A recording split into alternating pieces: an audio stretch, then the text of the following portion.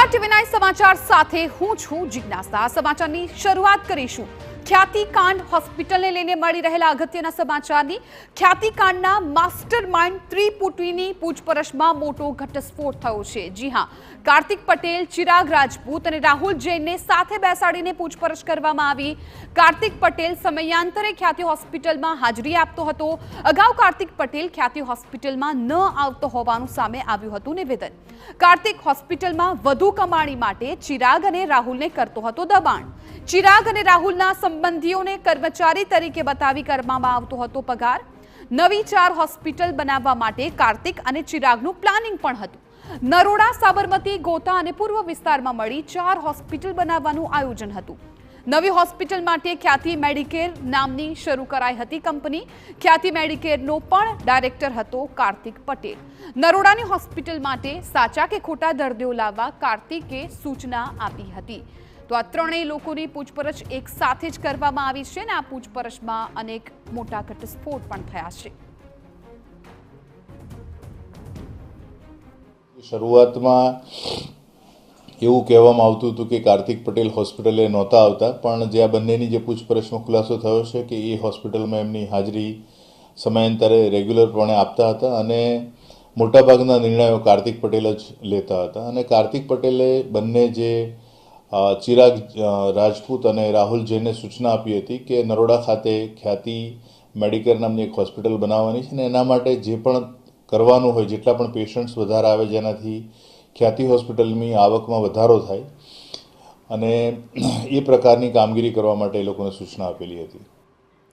તો અમારા સંવાદદાતા હરીન માત્રવાડિયા આ મામલે લાઈવ જોડાઈ ગયા છે અમારી સાથે વધુ જાણકારી આપવા માટે। હરીન, ખ્યાતિકાંડની આ ત્રિપુટી કે જેને સાથે બેસાડીને પૂછપરછ કરવામાં આવી છે, જેમાં અનેક ખુલાસાઓ થયા છે, શું વિગતો મળી રહી છે?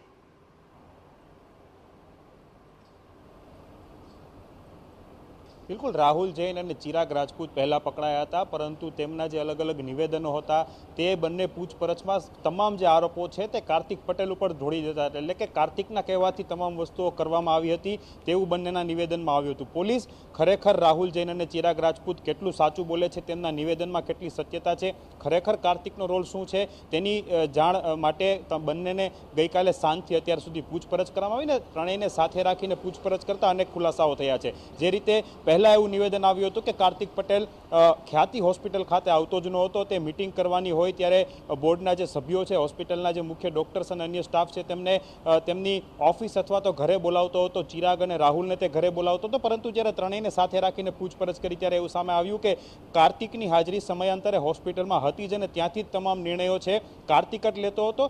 ખોટા કે સાચા દર્દીઓને એડમિટ કરવા માટે અને ગ્રામ્ય વિસ્તારમાં કેમ્પ કરવા માટેની સલાહ અને સૂચના છે તે કાર્તિક પટેલ આપતો હતો। આ ઉપરાંત જે 16 કરોડનું ટ્રાન્ઝેક્શન છે, કાર્તિકે 22 કરોડની જે લોન લીધી છે અને મિનિટ્સ બુક જે નથી મળી રહી, આ તમામ બાબતો છે તેમાં પૂછપરછ કરવામાં આવી હતી। તેમાં પણ અનેક ખુલાસાઓ થયા છે। 16 કરોડના ટ્રાન્ઝેક્શનો છે, અલગ અલગ હોસ્પિટલો, પૂર્વ વિસ્તારમાં 2 હોસ્પિટલ અને પશ્ચિમ વિસ્તારમાં 2 હોસ્પિટલ બનાવવાનો પ્લાન હતો। ગોતા, સાબરમતી, નરોડા, સૌથી પહેલી હોસ્પિટલ તેઓ નરોડા બનાવવાના હતા, તેને લઈને એગ્રીમેન્ટ થઈ ચૂક્યું હતું, પરંતુ જે બિલ્ડિંગ છે તેને બીયુ પરમિશન નહોતું મળ્યું, તેને કારણે આ હોસ્પિટલ છે તે શરૂ થઈ શકતી નહોતી। પરંતુ આ હોસ્પિટલ શરૂ થાય એટલે સાચા અને ખોટા દર્દીઓ કોઈ પણ ભોગે પેશન્ટ છે તે લેવા માટે કાર્તિક છે તે ચિરાગ અને રાહુલને પ્રેશર કરતો હોવાનું પણ માહિતી છે તે સામે આવી છે। એટલે કે તમામ જે આરોપો છે તેનો મુખ્ય માસ્ટરમાઇન્ડ છે, આઈડિયા આપનાર છે, તમામ જે છે તે કાર્તિક પટેલ હોવાનું અત્યારે ક્રાઇમ બ્રાન્ચની તપાસમાં સામે આવ્યું છે। હજી પણ કાર્તિક પટેલ છે રિમાન્ડમાં છે, એટલે કે એક દિવસ દરમિયાન ત્રણેયને સાથે રાખીને જે પૂછપરછ થઈ છે તેમાં જે અલગ અલગ ખુલાસાઓ થયા છે